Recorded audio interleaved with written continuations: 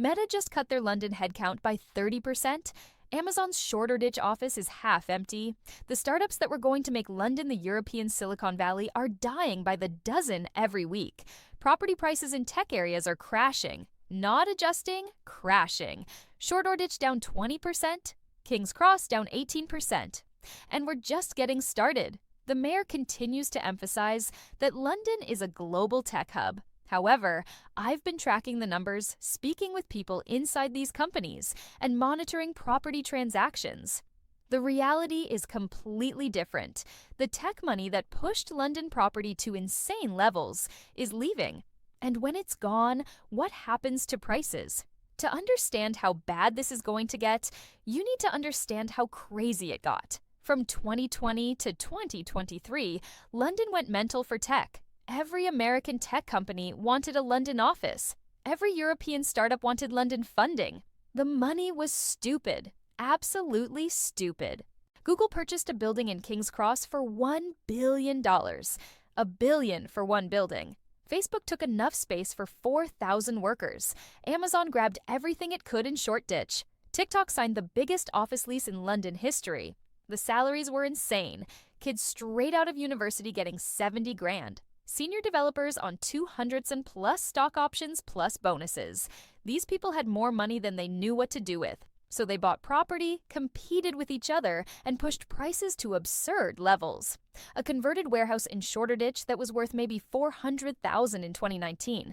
By 2022, 15 million people were fighting to pay it. The knock-on effect destroyed entire neighborhoods. Hackney became unaffordable overnight. Bethnal Green gentrified so fast, locals didn't know what hit them. Even Peacom. Peacom got tech workers moving in because they couldn't afford Shoreditch. Estate agents were having the time of their lives. Everything is selling immediately. Cash offers everywhere. People are paying way over asking just to beat other tech workers. It was madness. Complete madness. And everyone thought it would last forever. Then the layoffs started. Not the ones you read about, the real ones. See, when Meta announces 20,000 global layoffs, they don't say how many are in London. When Google cuts 18,000, they don't break down UK numbers, but I've been tracking it through LinkedIn, through people I know, through actual office occupancy. Meta's King's Cross office, 4,000 capacity, current headcount under 2,000. That's 2,000 high-paying jobs gone. Amazon Shoreditch was built for 1,500 people, maybe 700 there now. Google.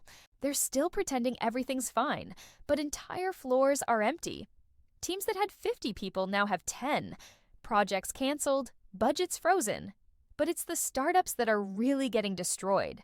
The fintech companies that were going to revolutionize banking are dead. The AI startups that were going to change everything for money. The crypto companies. Don't make me laugh. I know a recruiter who specializes in tech. Last year, she was placing 5 people a week. This year, she's placed 3 people total in 6 months. The jobs just don't exist anymore. When the tech jobs go, the property market goes with them. Look at actual transaction data, not asking prices. A flat in short supply that sold for $900,000 in 2022 just went for $650,000. That's a $250,000 loss in 2 years. King's Cross, where Google is. Properties down 20% minimum, some much more. There's a 2-bed that was listed at $800,000. 6 months later, still not sold. They're now asking $575,000. And still no buyers. But here's what's really telling. Transaction volumes have collapsed. In Hackney, sales are down 45%. Not prices, sales. Nothing's moving. Properties sitting for months with no viewings. The new build developments are catastrophic. All those towers built for tech workers. Empty, properly empty. I counted lights in a King's Cross development last week. 300 apartments. Maybe 40 had lights on. The developers are desperate, offering everything. 2 years free service charge, stamp duty paid furniture packages. Even with all that, they can't shift them because the buyers don't exist anymore. Rental markets are equally broken. The premium rentals, the $3 to $4 grand a month, the places tech workers used to fight over can't rent them. Landlords dropping prices by 30-40%, still empty. It's not just that tech workers are losing jobs. They're leaving London, leaving the country. The Europeans who came for tech jobs are going home. Amsterdam's cheaper, Berlin's cheaper. Barcelona's way cheaper. Why stay in London paying $2,000 for a room? Americans on work visas. When the job goes, the visa goes. 60 days to leave the country, and they're leaving. Even British tech workers are going. Dubai's recruiting hard, Singapore's offering packages, Dublin's stealing fintech talent when you can work remotely from anywhere. Why pick the most expensive city in Europe? The numbers are brutal. London lost 40,000 international workers in Q3 2024. Not students, not tourists, workers. People with jobs who paid taxes and rent and bought property. They're not being replaced. Tech hiring in London is down 70%. The new jobs being created are in hospitality, retail, and minimum wage stuff. You don't buy a £1 million flat on $25,000 a year. While this is happening, what's Saudi Khan doing? Living in complete denial.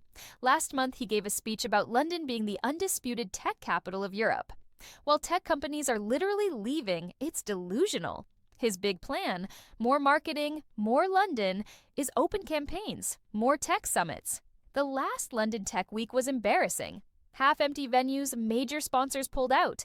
The startups that used to launch there don't exist anymore. He keeps quoting 2022 investment numbers. $60 billion into UK tech. Yeah, in 2022, it's 2024. Investment has collapsed, but he won't admit it because that means admitting failure. His housing strategy is even worse, building affordable homes at £500,000. Who's affording that?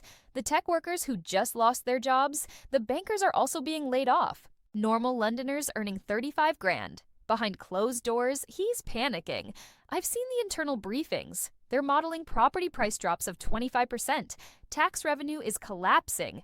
Businesses are leaving, but publicly everything's fine. London's thriving. Tech hub of Europe. When tech collapses, everything connected collapses. Those trendy Shoreditch restaurants charging 20 quid for a burger are closing weekly. The boutique gyms, the organic cafes, the overpriced barber shops, all dying. Their customers are gone.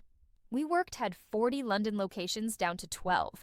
And shrinking. Thousands of square feet of premium office space just abandoned.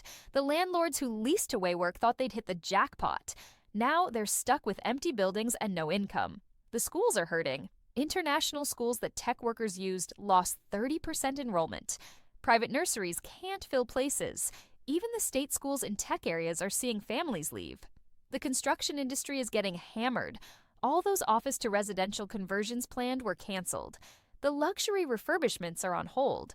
Nobody's building for a market that doesn't exist. The commercial property market is in free fall, but nobody wants to admit it. Tech companies signed massive leases during COVID 15-year commitments when they thought they'd grow forever. Now they're desperate to escape.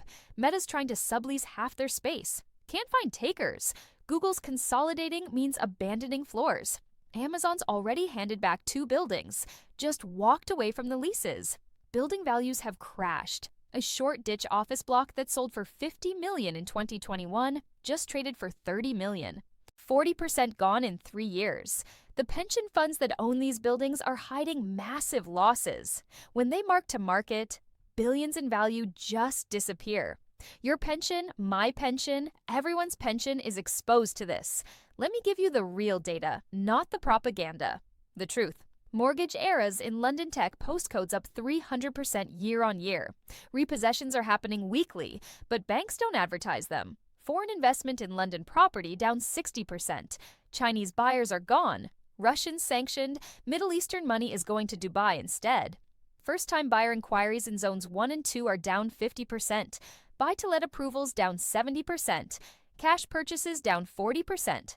Days on market for properties over 700,000 averaged 30 days in 2021.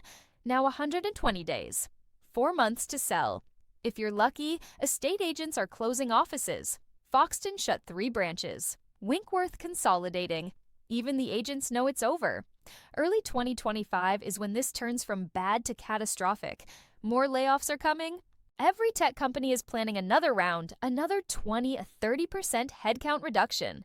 The survivors from 2024 won't survive 2025. The commercial lease defaults begin. Companies would rather go bankrupt than pay for empty offices. The legal battles will be epic, but the buildings will still be empty. Institutional investors start dumping. The funds that were bought at peak prices will take the losses and run. When big money panics, prices don't decline, they collapse. The government will try to intervene, but it can't. Can't cut stamp duty, need the money, can't subsidize buyers, they're broke, can't lower rates. Inflation's still there. By mid-2025, London property will be down 25 to 30% from peak. That's conservative. It could be worse. The casualties are already mounting. That tech worker I mentioned who lost 300 grand. He's lucky he got out. Others are trapped. Negative equity. Can't sell without bankruptcy. Buy-to-let landlords who bet on tech tenants are ruined. No tenants at any price. Properties worth less than mortgages. Monthly losses are mounting. Developers sitting on unsold luxury flats are going under. Every month costs millions in financing. Some will go bankrupt, already happening, just not reported. The pension funds will be destroyed. Billions in commercial property losses. Retirement savings evaporated. Your parents' pensions are gone. Even the government loses. Stamp duty revenue down 40%. Corporation tax from tech companies disappeared. But unemployment costs, housing benefits, and social problems all rising. This isn't a cycle. It's a structural change. Tech has learned it doesn't need expensive London offices. Workers have learned they don't need to pay London prices. That knowledge doesn't reverse. The ecosystem is broken. Venture capital, talent networks, and startup culture take decades to build, months to destroy. It's destroyed. What replaces tech? Nothing. Finance is shrinking too. Law, consulting, all automating. The high-paying jobs that justified million-pound houses are disappearing. London's becoming a tourist city with some banks like Venice or Florence. Pretty to visit, impossible to afford. No real economy underneath the young talent that cities need to thrive. They're not coming to London. Why would they? Can't afford to live, can't build careers, can't start families. Khan knows it's over. The internal panic is real. They're modeling economic scenarios that are apocalyptic. Tax revenue collapse, service cuts, population decline, Detroit-style urban decay. But he can't admit it. Admitting it accelerates it. So he stands at podiums lying about tech hubs and global cities while Rome burns. His solutions are pathetic. Attract AI companies. AI needs fewer people, not more. Blockchain innovation. That ship sailed. Green tech. Not enough jobs. The political pressure is building. Labour MPs are watching constituents lose everything. Tories smelling blood. Everyone is looking for someone to blame. Khan will be the fall guy. The mayor who lost London, who presided over the tech exodus, who watched the city become unaffordable, then worthless. London bet everything on being a global tech hub. That bet just went catastrophically wrong. The tech jobs that justified insane property prices are gone. The workers who competed for million-pound flats have left. The entire economic model is broken. Property prices aren't adjusting. They're collapsing. Down 20% already in tech areas, going to 3.0, maybe 40%.